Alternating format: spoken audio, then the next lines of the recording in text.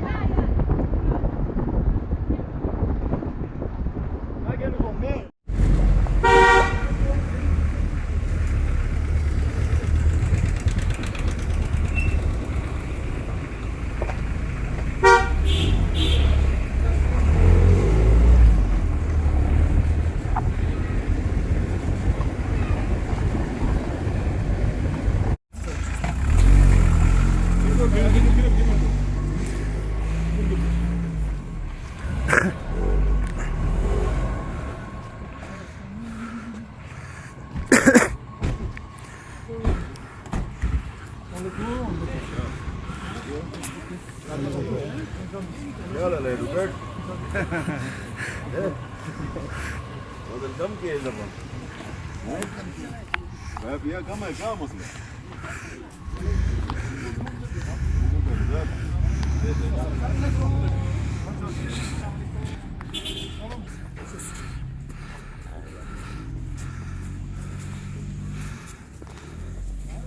Mooi, ik denk dat het wel goed kon afkomen, maar ham achter.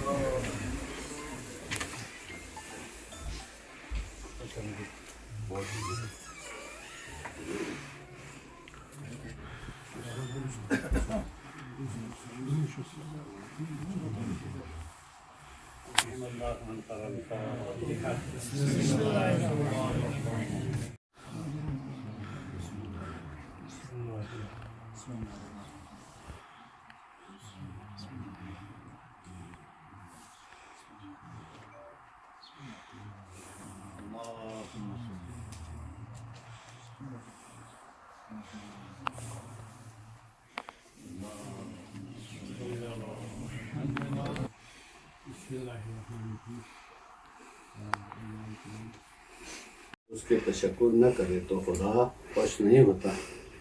تو اس سلسلے میں مہمان گرامی کو اپولو کے حمایدین المصطفیٰ قنصل انور مسوٹس تمام اراکین کی طرف سے خوش آمدید کہتے ہیں. ساتھ ہی آپ کے ملک کے مسائل کو سلجھانے کے لیے جو دن رات ایک کر کے ساری کوشش کرتے ہیں اس کو ہم قادر کی نگاہ سے دیتے ہیں. ساتھ ہی کچھ باتیں آپ لوگ سیاسی لوگ ہیں اندر کے لوگ ہیں تو جتنا آپ سمجھتے ہم نہیں سمجھتے.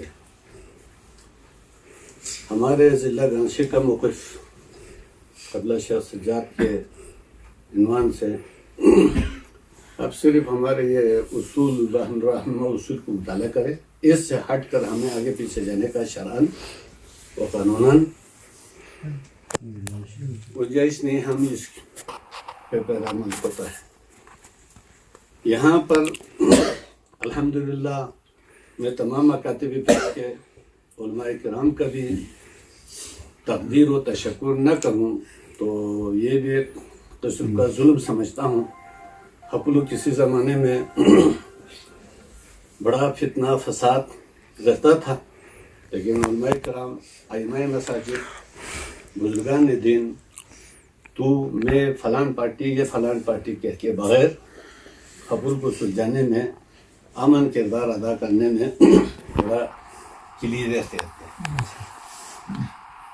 لیکن کچھ چیزیں واقعات سے ہم دلیل نہیں سمجھتے. ریاست ہمارے ساتھ کچھ جان بوجھ کے ناانصافی کرتے ہوئے ان میں سے مثال کے طور پر جملہ عرض کر کے کہتا ہوں. گلگت کے تحفظ ہمارے تحفظ, ریجن کے تحفظ ہمارے تحفظ. اسکردو میں یہ حادثہ کیوں پیش آئے تو ہمارے ریزرو جتنے بھی پولیس تھے وہ سارا گلگت میں سٹارٹ کیا.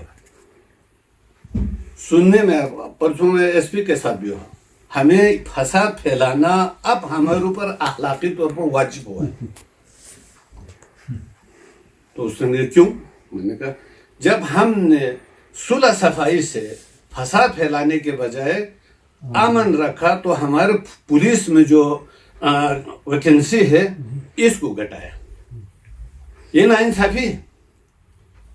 ہمارے یہاں پر امن رکھتا ہے تو آفرین کے بجائے سزائیں دی جائیں, جس کی وجہ سے اسکردو میں یہ حکومتی اور ریاستی اداروں کو سوچنا چاہیے. رہبر معظم کا شہادت کے اعلان تو اسرائیل نے پہلے کیا تھا, ایران نے تصدیق نہیں کیا تھا تو ہمارے دل کسی حد تک اطمینان تھے. سیکورٹی اداروں کو 100% پتہ تھا رہبر شہید ہو گئے. تو اس کے رد عمل بھی کچھ بھی ہو سکتا تھا, یہ بھی سب کہتے ہیں. لیکن ان کے ہوتے ہوئے نہ کوئی پولیس دفتر سے باہر نکلے, نہ سیکورٹی کوئی پلان ہوا. پھر انہی لوگوں میں سے جو منطقہ بلتستان کو ناامن کرنا چاہتے تھے, بلتستان میں کوئی ایسا نہیں ہے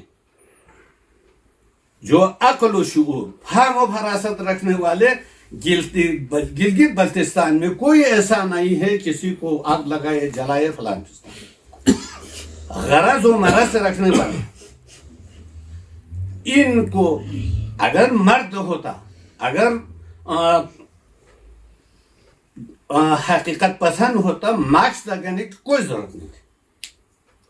یہ جتنے بھی فساد پھیلا جلوس میں جانے والوں کو ہائی جیک کیا.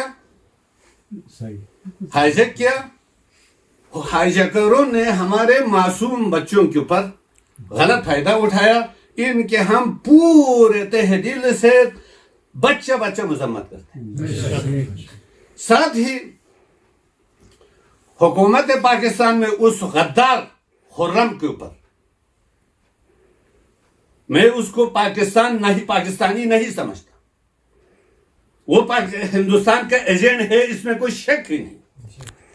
اگر پاکستانی ہوتا تو پاکستان کے قانون فالو کرتا.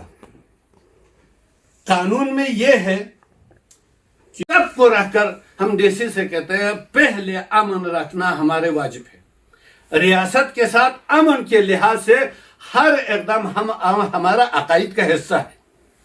لہذا آپ یہاں پر آ کے کسی مکتب کا پیشیمہ بننے کی کوشش نہ کریں. جب منطقے میں کوئی افیسر آتا ہے تو وہ پیشیمہ بھی بن کے آتا ہے. لباس کھانا پاکستان کا کھاتا ہے لیکن وہ کسی مکتب کا وہ کرتا ہے. ہمیشہ اسی طرح فساد ہوتا ہے. لہذا میں آپ لوگوں کا وقت نہیں لینا چاہتا. آپ کے وساطت سے ہم درخواست کرتے ہیں، ہم اور آپ دو چیز نہیں ہیں. یہاں تقریباً مکاتب اہل بیت کے واللہ کلمہ لا الہ الا اللہ محمد رسول اللہ کہا وہ مسلمان ہے. ہمارے عقائد کے لحاظ سے اس کا نام وہابی ہو، اس کا نام یہودی ہو، جو بھی ہو کلمہ لا الہ الا اللہ پڑھ تو اس کے جان و مال و عزت کا تحفظ ہمارے اوپر واجب ہے. ہم اس کی حفاظت کرتے رہیں گے اس وقت تک جب وہ ہماری جان کے ساتھ نہیں ہے. اس وقت وہ لوگ کھیل رہا ہے. خصوصاً میں آخری ریکویسٹ کرتا ہوں، میں یہاں نہیں کہتا، امریکہ کے کچھ یہاں پر مفادات ہے، یہ مجھے پتا ہے. ان کو آپ خدا کے لئے ہمارے لوگوں کے اشتعال میں آنے سے پہلے جہاں جہاں ہے آپ انتظامیہ کو پتہ ہے وہاں سے اٹھا لو. نہ اٹھایا گیا تو پھر اس کا حشر ہوگا. والسلام علیکم. سب سے پہلے ہم رہبر معظم آیت اللہ العظمہ سید علی خامنہئی کی شہادت پر اس کے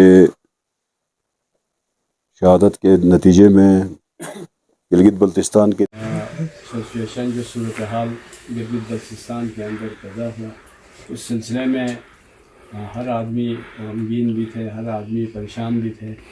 تو اس سلسلے میں ہمارے صدر محترم وہاں گلگت میں ان معاملات کے سلجھانے میں کافی تگدود کے بعد کیونکہ جلدی سے ادھر بھی آنا تھا کیونکہ ان کی مصروفیات وہاں پر زیادہ ہوئی اور علماء کرام کے ساتھ رابطے میں بھی رہا. کل پرسوں سرگو کی طرف آئے اور مرکز میں قائدین سے علماء سے اس سلسلے میں مشاورت کی کہ اس صورتحال سے گلگت بلتستان کو کیسے نکالنا اور ایک بہترین انداز میں گلگت بلتستان کی خصوصاً بلتستان کی اس جو ماحول جو کریٹ ہوا ہے اس کو ختم کر کے پھر وہی امن و امان والے سچویشن پہ واپس لانے کے لیے ان کی کاوشیں ادھر اسی دن سے شروع ہوئی. اسی سلسلے میں یہاں آنے میں بھی تھوڑا سا دیر ہوا.